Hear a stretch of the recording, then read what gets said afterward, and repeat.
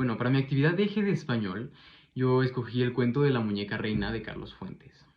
Carlos Fuentes es narrador y ensayista mexicano. Es la figura fundamental del boom de la novela hispanoamericana de los años 60.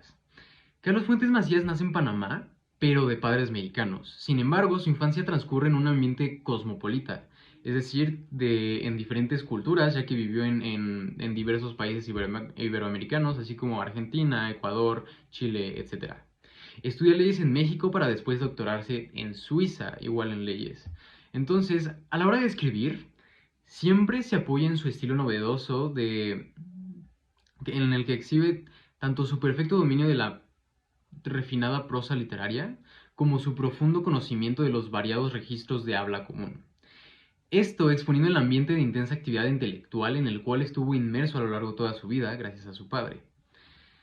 Finalmente, es uno de los escritores mexicanos más conocidos de finales del siglo XX, autor de novelas y ensayos, entre los cuales destacan Aura, La muerte de Artemio Cruz, La región más transparente y Terra Nostra. Recibió también premios como el premio Rómulo Gallegos y el Cervantes, y finalmente también fue nombrado miembro honorario de la Academia Mexicana de la Lengua. Entonces, la muñeca reina. Si tú me preguntas la diégesis de este cuento, de lo que se trató, yo te puedo decir que la muñeca reina es un cuento que relata cómo Carlos encuentra por coincidencia la carta de Amilamia, una amiga, una vieja amiga, con la que disfruta su infancia de una manera que resulta tan marcada para él que le empiezan a surgir múltiples recuerdos de ella.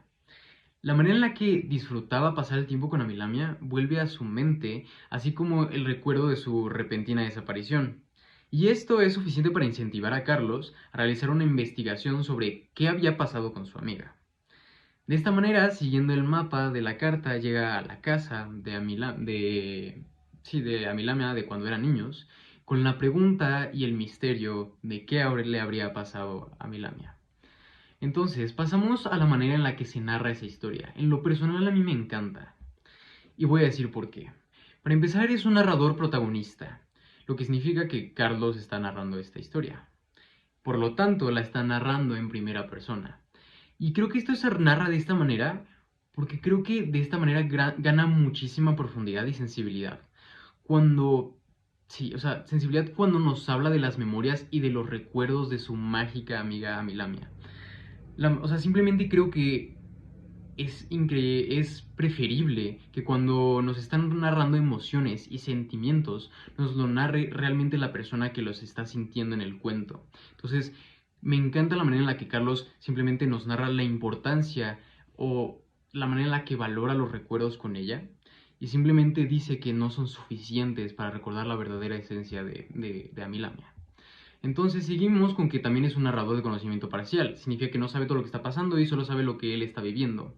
Esto se narra así porque principalmente para mantener el misterio, para mantener la trama que es qué le pasó a Melamia. Entonces creo que no sería lo correcto que nos narraran simplemente sabiendo todo y sabiendo que Amilamia realmente sí está viva. Y bueno, porque al final termina por arruinar la trama. Bueno, por arruinar el plot twist que viene al final, el giro de trama. Entonces creo que la manera en la que se narra este cuento es la más adecuada, ya que es protagonista y de conocimiento parcial, protagonista para poder realmente como empatizar con los sentimientos del protagonista y de conocimiento parcial para que no se arruine la trama del cuento. Entonces seguimos con el análisis de los personajes. Yo analizo a dos personajes, Carlos y Yavilamia. Sí, puede que sean tal vez un poco los más obvios, pero bueno, yo te voy a explicar cómo los analizo yo. Carlos a lo largo del cuento no se especifica mucho, prácticamente nada de él, creo yo, pero si algo me queda claro con él y al mismo tiempo con el cuento, es lo valioso que son los recuerdos y las memorias para él y creo para todos. Pero cómo incluso si aún los conservamos con frescura, no terminan de ser suficientes para verdaderamente sentir lo que sentimos en aquel recuerdo, bueno, en aquel momento, tal como Carlos lo dice. Y simplemente, justo por esto, se ve en la necesidad de buscar a Milamia y, bueno, averiguar qué es lo que pasó con ella. Entonces, para mí, Carlos representó justo eso, la manera en que valoramos los momentos y cómo apreciamos los recuerdos, principalmente de la gente que amamos. Creo que eso es lo que para mí representa a Carlos.